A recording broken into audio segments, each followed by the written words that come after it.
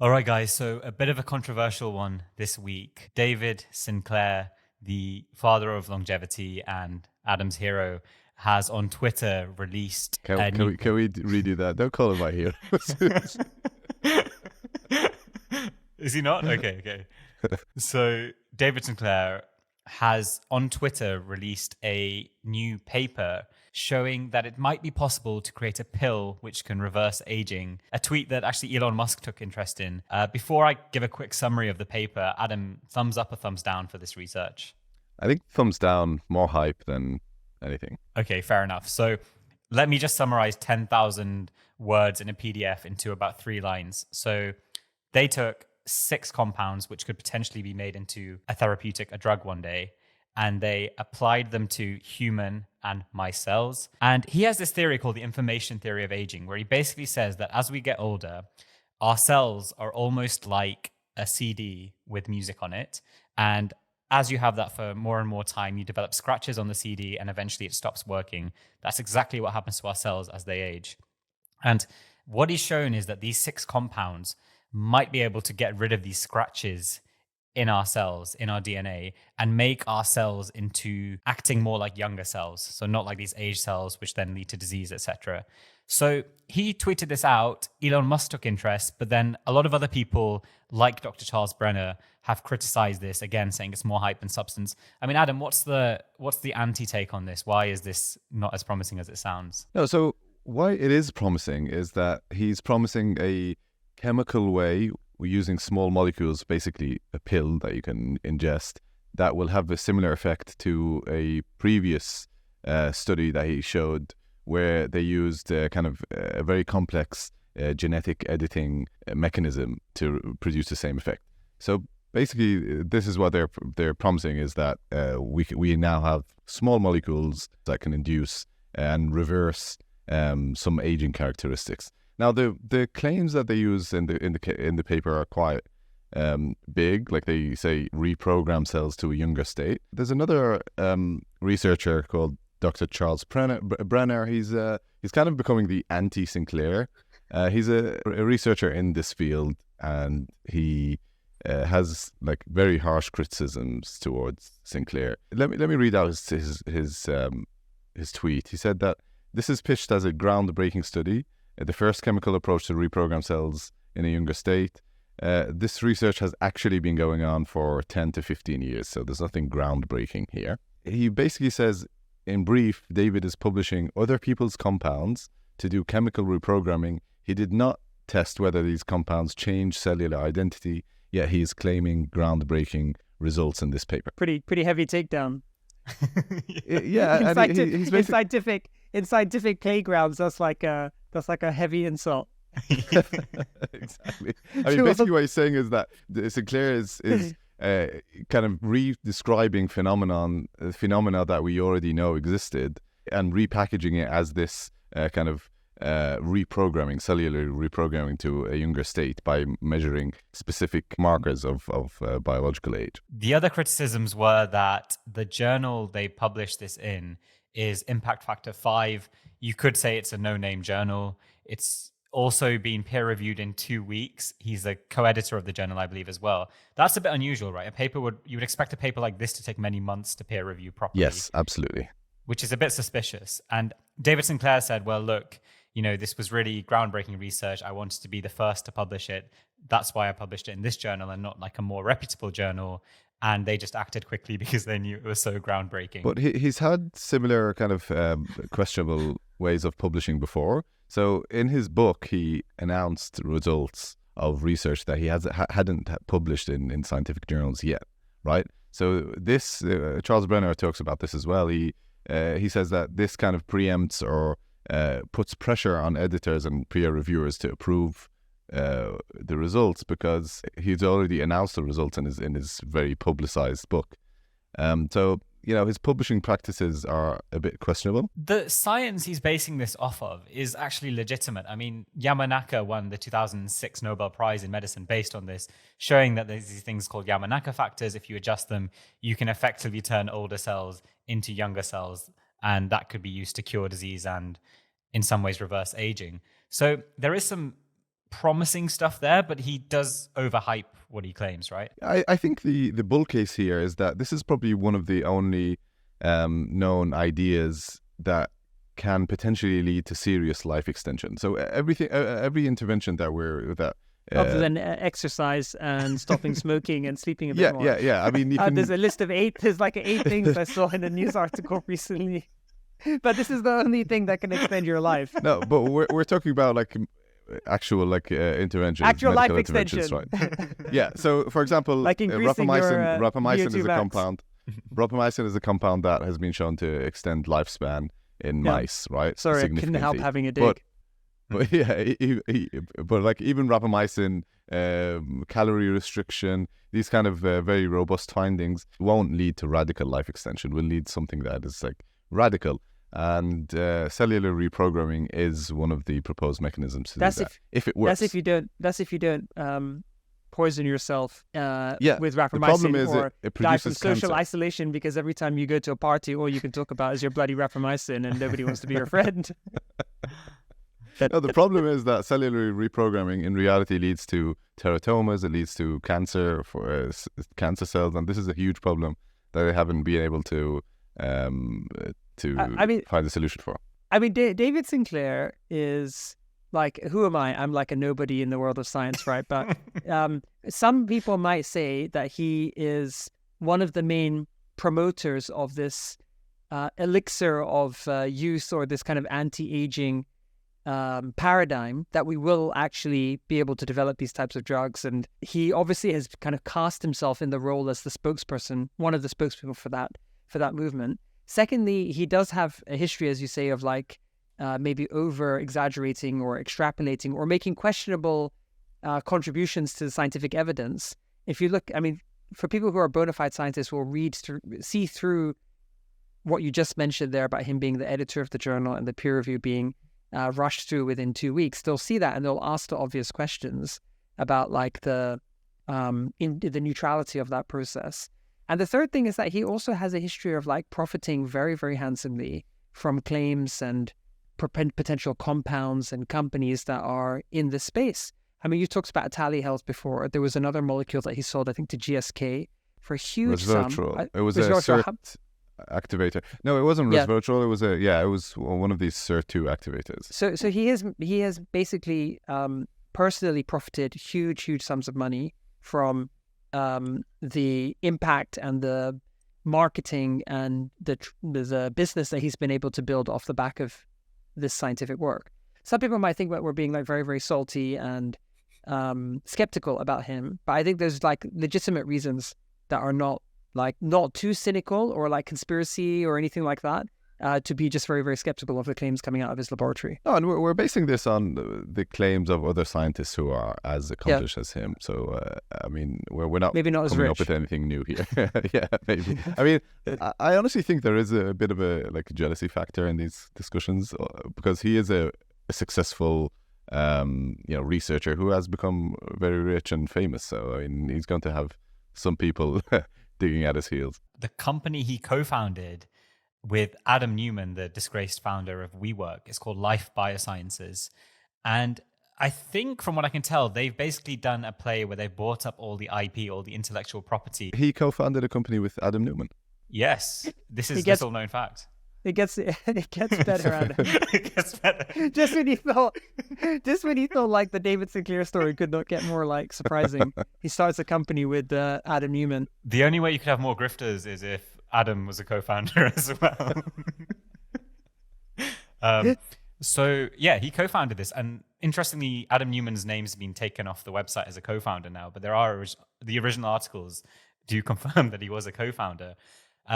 They've raised over $200 million, and they've done this play where they've gone in and, well, I mean, Sinclair says we've undertaken a big land grab of longevity-related IP, and we've pulled together a lot of the world's leading longevity scientists. So, Imran, I know you have a lot of experience dealing with pharma, and I know next to nothing, but is this like a typical, or is this like a good way of doing things when you have a lot of basic science that looks promising and you go and start a company, you raise a lot of money from private investors and you buy any intellectual property that looks promising, and then presumably you run the clinical trials or the further research needed to cement that. Is that like a normal thing? Is that a good idea, do you think? Yeah, That's usually how it's done. Yeah, that's a pretty standard model. I think a few years ago there was like a tipping point where actually the majority now of drugs that are commercialized by pharmaceutical companies don't actually have their genesis inside the pharmaceutical company's own R&D laboratories, but they're actually acquisitions or they're investments that are made like relatively early on in small biotech companies. They could be university spinouts. They could be incubated by venture capital firms, which is a thing that many of them do. And then those drugs get basically bought in at some point when they cross a threshold of evidence or how promising they are. They can sometimes be acquired and then further developed. Because what pharmaceutical companies are particularly good at is taking drugs through licensing and reimbursement. It's an incredibly complicated thing to do because you have to assemble these like big dossiers of data and information or health economics, modeling, clinical trial data, etc. Actually starts far before that. The dossier is just like the final step of that process. And then when you get that signed off, then your medicine is basically hits the market, right? So back to your question, is that like something that these companies would do? Yeah, it's a very standard thing for them to do. In fact, pharma companies are like quite expensive at developing R&D drugs compared to a biotech, which can be run a lot more lean, maybe with a very small team. Oftentimes they'll use lots of outsourced services from other companies in the ecosystem. So even the biotech is kind of outsourcing a lot of its work. So pharma companies are outsourcing to biotechs and biotechs are outsourcing to contract research and development organizations, for example. Is this a weird state of affairs where, okay, I've got that this is a standard operating procedure, but is it strange for a biotech startup to raise money from private investors? So not like biotech VCs, not specialists, but just like family offices and rich people interested in longevity, and then use that to buy up compounds. Is that a normal thing? I think it does happen, but I think any time where you have like a relatively, I'm going to call them unsophisticated, I don't mean that to be like unkind, but you have like an unsophisticated investor, and most family offices or ultra high net worths are what you would call unsophisticated investors in these types of fields. Maybe they won't have the same structured diligence process. Maybe they won't have the same types of deep operating or scientific expertise within their core team. They'll be outsourcing some of that. In some cases, they won't even be doing that. They'll just be investing, like on the basis of like a vision or something like that. I'm sure there are ultra high net worths that make, relatively undiligenced investments from time to time. So the thing about a venture capital firm, like a professional venture capital firm that's raising from, traditional LPs like pension funds or the like, is that they'll have to make a case to the people they're raising their money from why they're good stewards of that money. Family offices don't have to do that because they're investing the money of the family business or wherever it is that their source of funds is. So there's generally less scrutiny. I would expect like the diligence to be a bit, thinner. And it could be a sign that somebody's basically trying to hoodwink somebody with a lot of money out of cash. You do certainly see that sometimes in the startup world where some people will say, oh, we're just like too ambitious and we don't want to waste our time with VCs because they're like small-minded and they want to see like things like unit economics as if that's unfashionable. So I have heard people say things like that, but for me, it always like it's a bit of a red flag if somebody's just raising from what I would consider unsophisticated investors. That's a really good point because I remember in his other company, Tally Health, he also did the same thing. He raised quite a lot of money from mostly celebrities and ultra high net worth individuals, and he didn't get any money from VCs. So he seems to be using his star power and his charisma to fund his companies from maybe less sophisticated investors. Yeah, and what most people don't realize is that, in the fundraising journey, like the way that people make money is very, I would say, non-transparent. So I'll give you an example. A lot of people who are standing on the sidelines looking at venture-backed companies that haven't gone public, haven't been acquired, and they see the founders just like raising money and kind of grafting in the trenches. What they don't realize is that sometimes those founders will actually cash out a lot earlier than anybody else, even when the company is still relatively, has like a long way to go. So a classic example, I think, is like a secondary sale of equity. So the founder would sell some of their own equity in a fundraise. Usually what happens in a venture round is that the company actually creates out of thin air new equity, new shares. And that's what causes something called dilution, which is that, when you make the pie bigger, everybody's slice of the pie becomes like, in relative terms, becomes a smaller piece of the overall pie. So that's dilution. But what some founders will do is they'll actually take part of their slice and they'll sell it to an investor, because the investor just wants equity, right? So either it's new equity or it's existing equity. So founders can cash out really early, and so you can have a misalignment of incentives, right? So some of these people who are founding, they'll cut deals. And I saw this. There was a company called Sensign Health in the UK as an example. When that company IPO'd in the UK, my understanding is that some of the leadership team actually took 7-figure bonuses just because they floated the company on a stock exchange. The company wasn't profitable. The company actually I think is ultimately shut down now. But people basically paid themselves in the company huge bonuses for just going through this fundraising milestone. And a lot of, retail investors who invested in that company are left holding the bag. Another example is that, with even institutional investors, even like whether you're a family office or you're a fund, you can actually buy into an investment early in its life and sell out later in much the same way to other investors when the company hasn't actually proven that it's ultimately successful, the product ultimately works. So people are... This is the greater fool theory. Yeah, like I don't want to sound like cynical, but like you have to look at these things as like, it's not necessarily always validation that people believe that this company will make it all the way with a real product that's going to hit the market and change the world.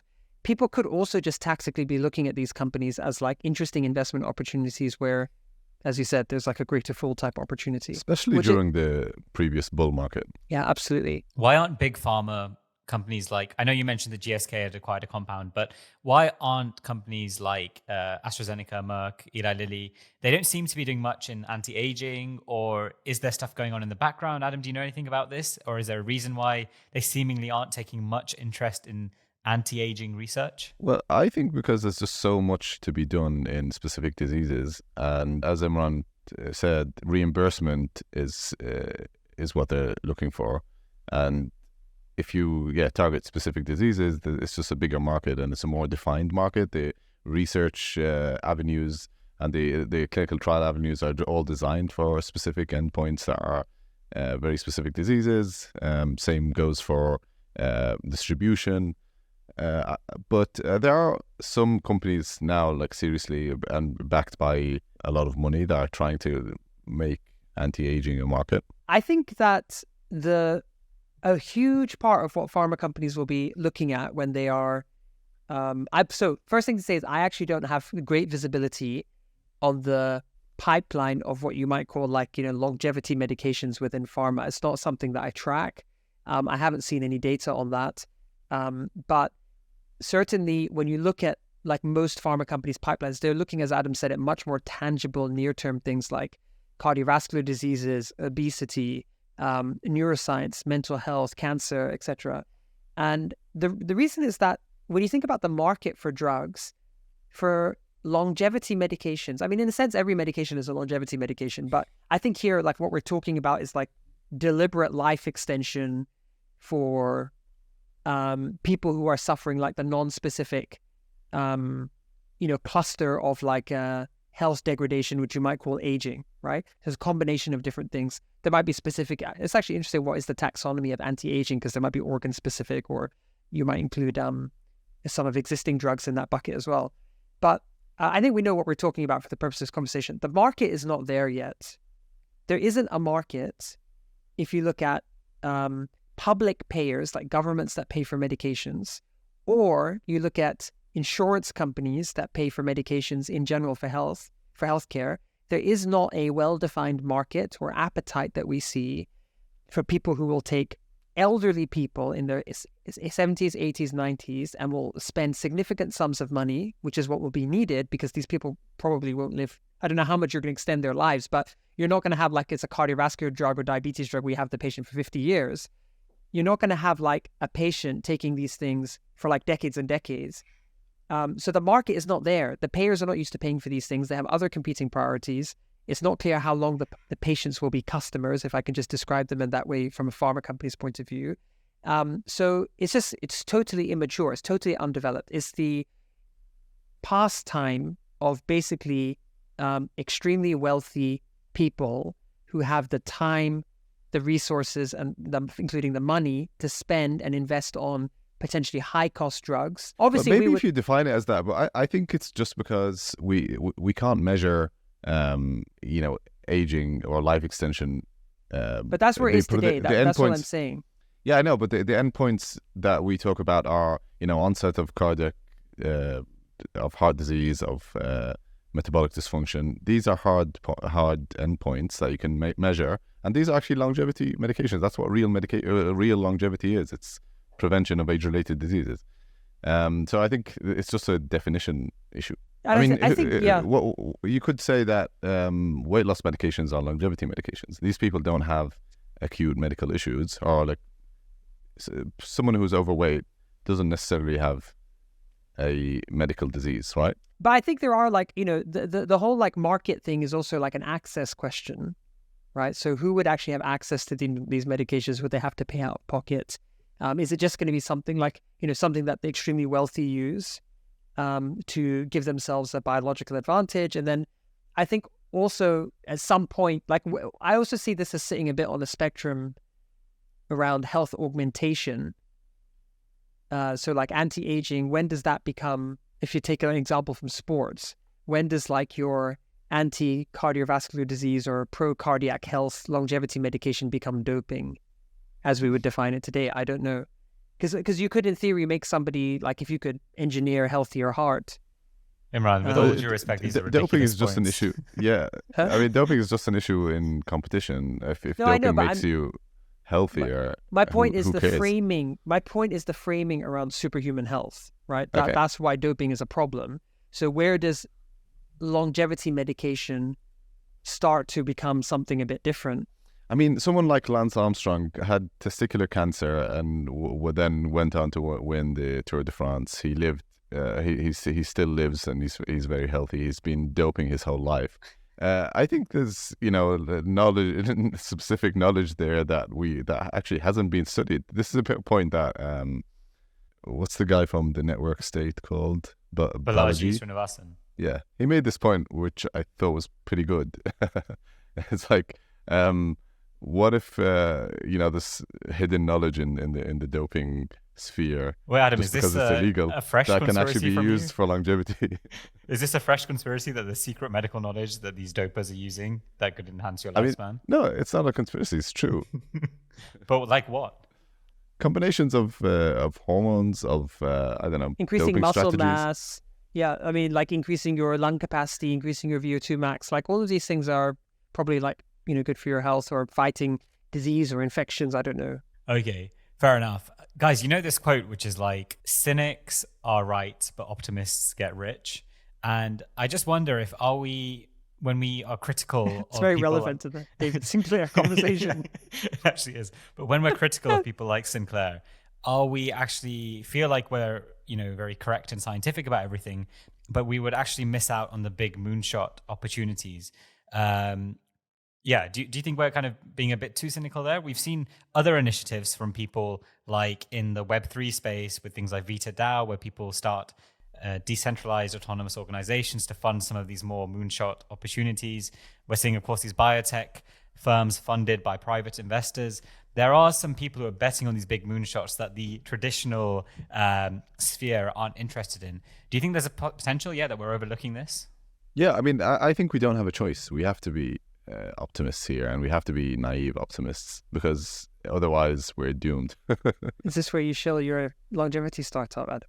Yeah, this is very We relevant. do evidence-based interventions. Thank you very much. So what's the question? Should somebody be bankrolling this? The question is that At does all innovation at the time seem ridiculous? Are we looking at the Wright brothers and saying you'll never fly, when are all great innovators seen like quacks like Sinclair? Oh yeah. So what we mustn't do is throw the baby out with the bathwater. I think the question here is this announcement from David Sinclair going to be the thing that flies? And that is a very different question to, is somebody going to build a sound machine that can fly? The problem with this particular instance, I think, is the sketchiness around how the data was published, issues with the data itself, the Charles Brenner tweet, as an example, the aside from scientific validation, the lack of like financial and due diligence validation because of like ultra high net worth family office, non-sophisticated type investors backing the company. So I think what we're doing here is we're saying, I don't think we're saying, is someone going to come up with drugs that remodel the heart after a heart attack, that, increase plasticity in the brain, in the aging brain, that increase muscle mass in the elderly to prevent them from having falls, that strengthen your bones, et cetera, et cetera. That is all going to happen. I'm sure it's going to happen, right? People are learning and decoding the building blocks of life. Do we think that the first person to come out with evidence of a anti-aging drug, they will be responsible for the most valuable therapeutic ever made?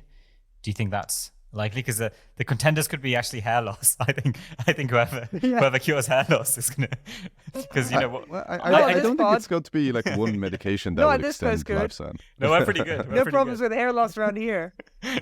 I could do with a bit more hair loss. So I mean, the thing about like life extension is I think it has like theoretically there's like an unlimited willingness to pay, depending on how long you extend someone's life. But also if you just look at what people will do to give themselves like small increments in life. So if you develop a drug that gives people meaningful life extension, and you just look at what people are willing to pay today for like some of these cancer medications that give you 3 to 6 months. If you find someone at the margin of their life and you say like, how much would you pay for another month? Like so many people would just throw everything at that. But I think that's important. You find them at the margin of their life in their acute need, because similarly, you can make a very good argument that giving someone a statin might increase their life by, 12 months overall on average, something like that.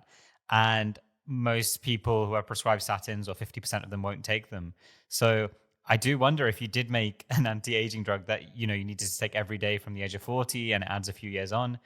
I actually think someone would potentially, I would, be more likely to take the hair loss drug. Like I care about how I look right now. So I do wonder. That's a really interesting point. To frame it. Yeah. I love that point. Yeah, I think that's right.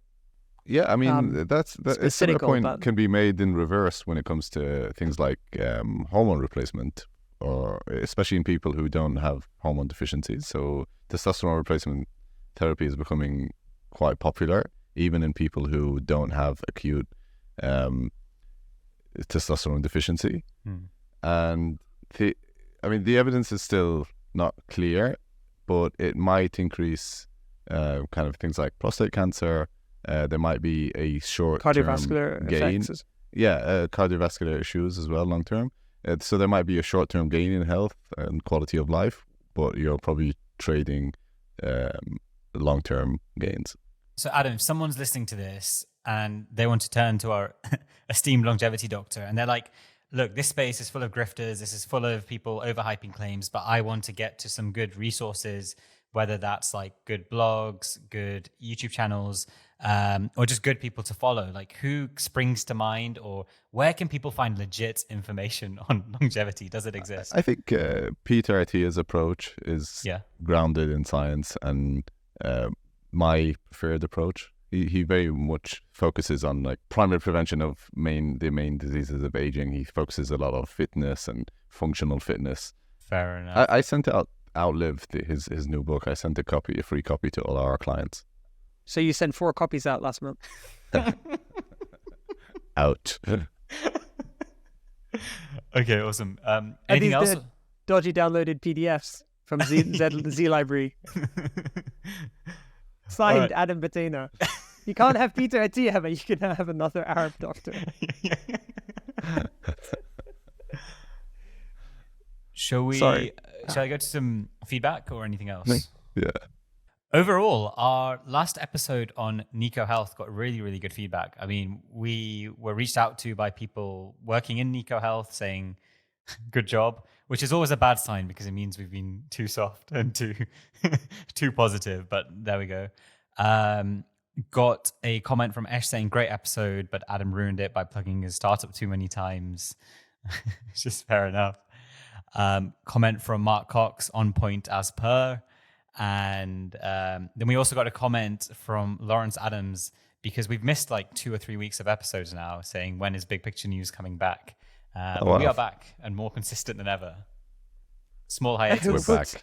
I don't know if we're back you yet. better believe it. This is just one episode. But yeah, we do need to sort this out. It's tricky because it's hard to fit in, right? Especially for you guys, you've become busier with different things. But I overall think it's actually better to be less consistent and just come out when there's something to say. I'm not sure about this method of just turning up every week no matter what, even if there's no good news or even if you don't have the time to prep properly. I don't know if I agree with it. I think it's better to push yourself and you come up with something interesting. Oh, really, spot. Adam? Yeah. Yet to see that work ethic from you. Fair enough. Adam, just for context, Adam does like zero prep. Sometimes we've had episodes where he will start going off on a like essay about a topic, and you'll be like, Adam, did you read the article that we're talking about? You're talking about the complete wrong thing, and we'll course correct. But that never makes it past the edit. But no, you always come It out. shows. Which is why he pivots to talking about his startup. Yeah, true. Yeah. No, it's good. Adam, you're very popular. I don't know much about this topic, I have to confess, so I don't feel like I have a great deal to add on longevity. I think I'm actually wondering why that is. I do think about health and longevity, but I think about it in the frame, mostly personally, in the frame of modifiable lifestyle factors and, exercise, sleep, relationships and diet and all of those things. I think that it's interesting how enthusiastically a segment of the population is taken to like pharmacological intervention. I think that's actually quite a big leap for me personally. But yeah, I look forward to learning more about it. It's interesting because often these people are some of the same people who hate statins and vaccines, but they are really, really pro experimental therapeutics like rapamycin and off-label metformin, etc., which is really interesting. It's more of a tribe, or you cynically say a cult, than I think evidence-based in a lot of cases. Is it do you think it could be to do with like how they see, who they see as like benefiting and making money out of like vaccines? And because I think like big pharma, someone was saying to me the other day that big pharma in the pandemic for a period was like trending quite high on trust ratings, like people had changed their opinion. And in the UK we had AstraZeneca partner with Oxford University to create a vaccine and very publicly do so, and also to say that they were not going to make any profit from it, at least for some period. Like that wasn't the intention there. But then actually now I think it's actually gone the other way. We should actually cover one time why the big pharma is so unpopular despite actually doing such good work in the world. I mean, obviously there's controversy and things that are less than ideal, but overall they make products that save lives and they're hugely unpopular. They make products that save lives. Yeah, that is the bottom line. They make products that save lives. And if you work with people in the industry, they are hardworking, conscientious people that are out there to make a difference. And some of the smartest people. Pharma is one of the most complicated industries I've come across ever. Like, it's so complex. Science, regulation, commercial. Like, there's just so many difficult things to solve to make that work. Yeah. All right, guys. Well, this was brought to you by AstraZeneca. That's a joke. But no, this one was good. We'll record again soon, in a week. See you later, guys. We need more longevity in this podcast. Yeah, exactly. All right, guys. See you later.